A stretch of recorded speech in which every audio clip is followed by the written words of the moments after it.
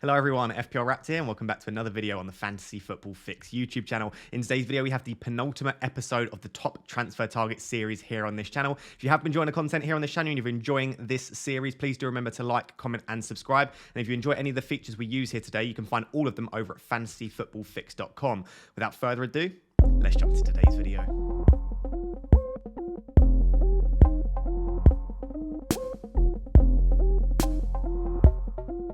So guys, we are starting with two defenders, and defenders often on this series and in FPL in general are overlooked because it's very exciting to transfer in a midfielder or attacker, and as such we sometimes ignore the defenders. But this week in particular for Game Week 37, with the teams that are doubling, I think the defenders could be fantastic shouts. And two defenders that I've selected here are Andersen and Mykolenko. Now the reason for selecting these two is they've got fantastic doubles. Obviously Crystal Palace play against Aston Villa away and Everton away, and Everton have Brentford at home and Crystal Palace at home. So really nice doubles for the two of them. But they're also playing in two defences which are defending fairly well at the moment.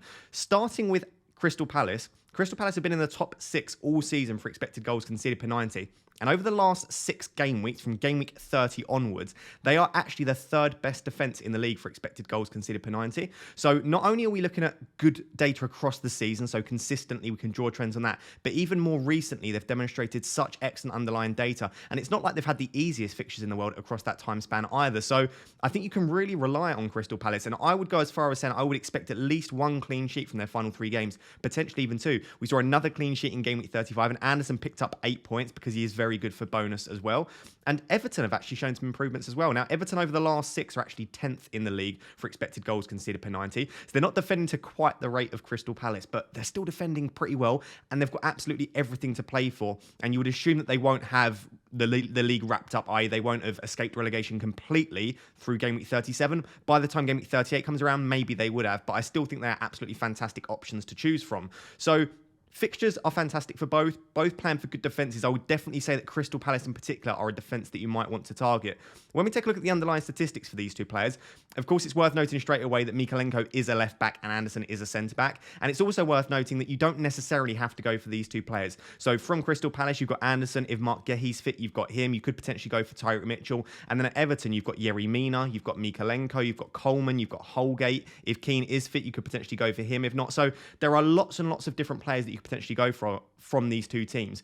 The thing that's worth noting, and potentially the slightly off-putting thing about punting for one of these players from one of these two teams, not necessarily these players, across the final 2 game weeks, is that none of them have particularly excellent underlying data. So I've selected these two because I think they're both nailed and they've both got a little bit of upside, but none of the defenders from these teams at least have particularly good attacking data. But anyway, let's have a look at it. Over the final 2 game weeks, they're both projected to get a fair amount of points. 9.5 for Andersen, 8.9 for Mykolenko. They're 2 of the teams with the best fixtures and therefore the highest projected points. Expected FPL points per 90 over the season so far, very similar for the 2 of them, just shy of 4 points, which isn't terrible when you're looking at a fairly cheap defender from 2 teams that, again, aren't in sort of that top 4, top 6 in the league. If we look at non-penalty expected goal involvement, very similar for the 2 of them, but what I would say is Andersen's got very low expected goals. So his expected goal is only 0.1 across the season, 0.01 I should say, and 0.05 expected assists. So again, not massive upside with respect to attacking threat, but he is very good for bonus, and he does get on the end of a few corners as well. And then Mykolenko, even though he is a left back, sometimes playing a left wing back, and of course he did score in game week 36, that doesn't necessarily mean that he's going to continue to do so. And the underlying statistics for pretty much all of the Everton defenders isn't very good. The player with the best underlying statistics from an attacking perspective from Everton is actually Holgate. And of course, there have been a few injuries in their back line. So maybe if you expect Holgate to play both games in game week 37, it could be that you potentially want to take a punt on Holgate, considering he's much cheaper than Mykolenko as well. Big chances per 90. Andersen hasn't had any across the season, right? So he's not getting many big chances at all. Mykolenko's getting 0.11 per game.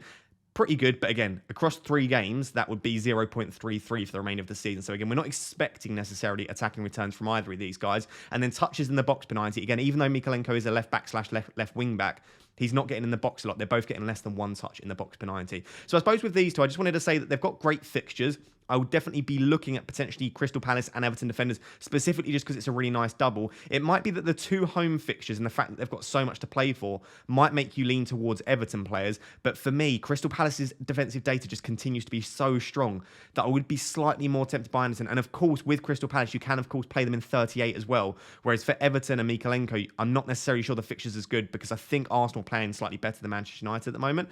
But do let me know down below. Are you considering any defenders from Crystal Palace or and Everton, or are you going to avoid them altogether? Or have you potentially already got some of the defenders from these teams? Always interested to hear your thoughts down below. Believe it or not, it's another two defenders here. And we're actually looking at Luca Digne versus Matty Cash. The reason for that, once again, is that Villa are one of the teams that double in 37. And arguably, they might have the best double from a defensive perspective. And in a similar fashion to Crystal Palace, Aston Villa have actually been very, very good defensively. So they've got the 6th best defence in the league over the last 6 for expected goals conceded. And across the season, they're in the top 8 again for expected goals conceded per 90. So Aston Villa, whether it's with Gerrard earlier on in the season with Dean Smith, and in recent weeks as well, they continue to show that they are a pretty good defence to invest in. So maybe even more so potentially than like the likes of Andersen, Holgate, Mykolenko, whoever you go from those two teams. Maybe even more so Aston Villa might be worth targeting. And the fantastic thing about Luca Digne and Matty Cash in comparison to those other defenders we mentioned at the start is that they actually have some pretty decent underlying data going forward as well. So obviously Luca Digne picked up an assist in game week 36, the first game of it. I've not seen the second game, of course, at the time of recording this. Matty Cash has been outperforming Luca Digne recently, specifically in the absence of Luca Digne due to injury.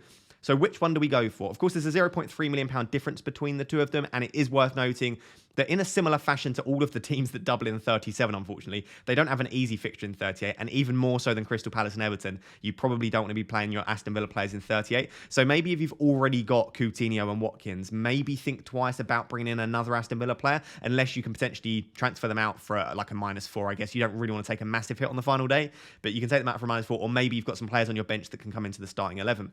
If we look at the underlying statistics for the two of them, we're looking across the season.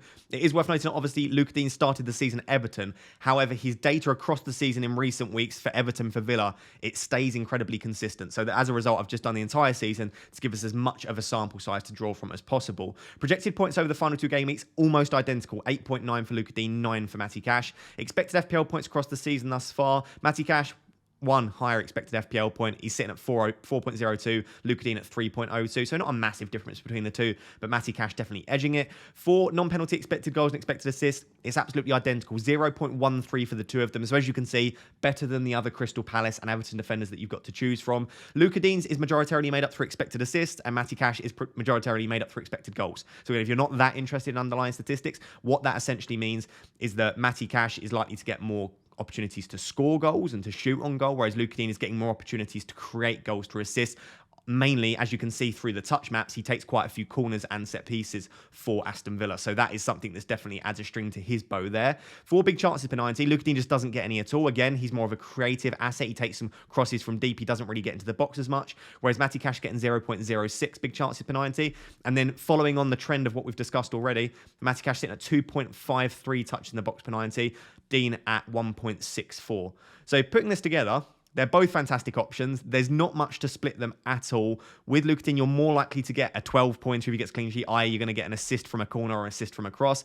With Matty Cash, also got a little bit of creativity, but slightly higher goal threat. So maybe you're slightly more likely to see him pop up in the box and score a potential goal.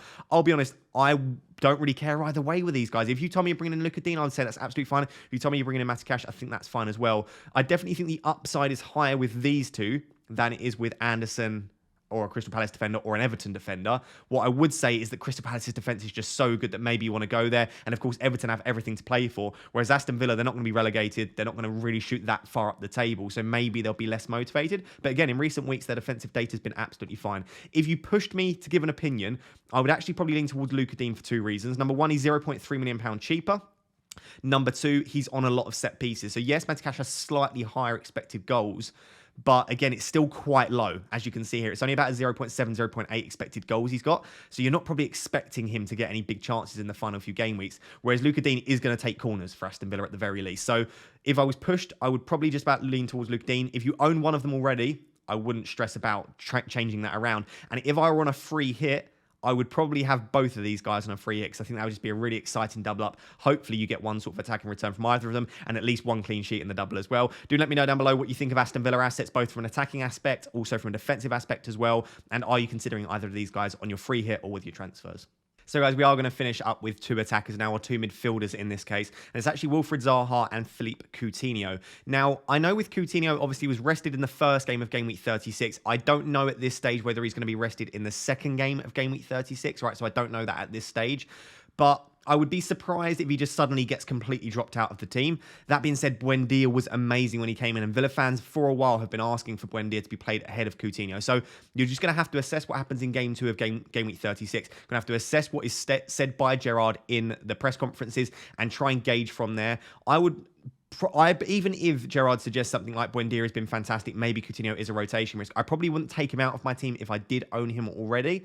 I wanted to put him on here for 2 reasons, because if he plays the second game in game week 36 and looks fantastic, I would probably take the punt on him with 2 really nice home games against Crystal Palace and Burnley. I still think he's a decent option for 37. The other reason is I just wanted you to have a reference point, because I know Wilfried Zaha is arguably going to be the most in-demand midfielder for the upcoming game week, arguably the most in-demand player. Obviously scored quite a few goals recently, namely penalties. I just wanted to give you a reference point to another player at a similar price and basically compare their underlying statistics for the two. So we've spoken about the fixtures for the 2 teams already. When we look at the underlying statistics for the 2 of them, it does paint a picture of maybe Wilfried Zaha's underlying data suggests that he won't continue to score at the rate that he has been potentially. So when we look at projected points over the next 2, Wilfried Zaha is massively favoured by the Fantasy Football Fix algorithm. Again, you can find out all of this data, all of these projected points for yourself over at fantasyfootballfix.com. But 12.3 projected points over the final 2 game weeks is one of the highest in the league. 9.9 for Coutinho is still very good. That is assuming, of course, that he gets pretty good minutes over the next 3. If he doesn't, then obviously that will reduce down. Expected FPL points, though, over the season thus far, Coutinho is sitting at a very, very respectable 5.8. Zaha's not too bad at 4.88, but definitely Coutinho out on top there. And then this is what I wanted to highlight to you guys, because if you bring in Zaha, at the moment, it would suggest you are over-reliant on penalties. Philippe Coutinho's non-penalty expected goals and expected assists per 90 over the season thus far is 0.5, which is very, very good for a £7.1 million midfielder. Pretty much what you would want, maybe slightly higher. For Wilfried Zaha, it's actually at 0.3. So Coutinho's got a whole extra 0.2 non-penalty expected goal involvement in comparison to Zaha. If you add penalties in, right, because of course this is non-penalty, so if you add in all of the penalties that he's got, that of course bumps up his expected data, and it's absolutely identical to Coutinho. So if you put penalties into the equation, Zaha is 0.5 expected goal involvement per 90. The issue with putting penalties into expected data is that it's difficult to predict when they're going to happen. So Crystal Palace have had 5 penalties this season. Zaha's taken all of them, right? So he's taken, I think they've had 6, and I think he's taken 5 of them. But 5 penalties, of course, boosts up your underlying data. But it's difficult. If they don't get a penalty over the next 3, then it would be much more accurate to look at this data. So you need to consider that penalties is a massive asset in this game. And if you can bring a penalty taker in, it's of course an added bonus. But I wouldn't use that to try and sway your decision too much. And this would suggest that without the penalties, Zaha's maybe not a fantastic option in our teams. That being said, let's continue with the underlying statistics. So 0.43 big chances for Zaha, massively boosted by the 5 penalties he's had. If you take those out, it's roughly on par with Coutinho. 0.25 for Coutinho is not terrible, but again, that's a big chance every 4 games. There's only 3 games left. So with these 2, and with a lot of midfielders, you're probably not expecting them to get that many attacking returns. You're just hoping that they do perform well at the end of the season. And then touches in the box per 90. Zaha much better than Coutinho at 4.62 to Coutinho's 3.31. So I still think Zaha's a really good option. Of course, Zaha tends to finish seasons well. Some people say that that's because he's looking to move elsewhere. We've been saying that for years now, and he's still at Crystal Palace. But I think this might actually be the season that he potentially moves on. And he always does tend to perform quite well at the end of the season. And at the end of the day, he is still on penalties, and his underlying data is not horrific. It's just not fantastic.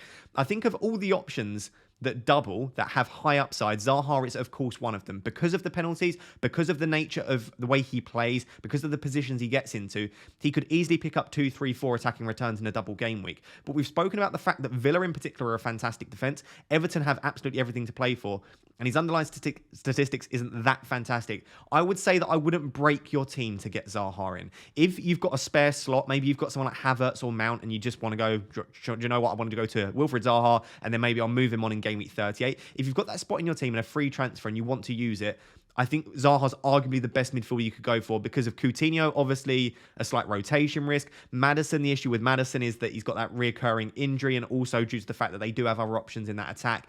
There aren't that many options now to choose from for game week 37 if you're looking for a double game week player. So I don't mind Zaha, but do take into account that his underlying statistics don't suggest that he's going to continue to score at the current rate unless he continues to get penalties. Let me know down below if you are considering Zaha or Coutinho for game week 37.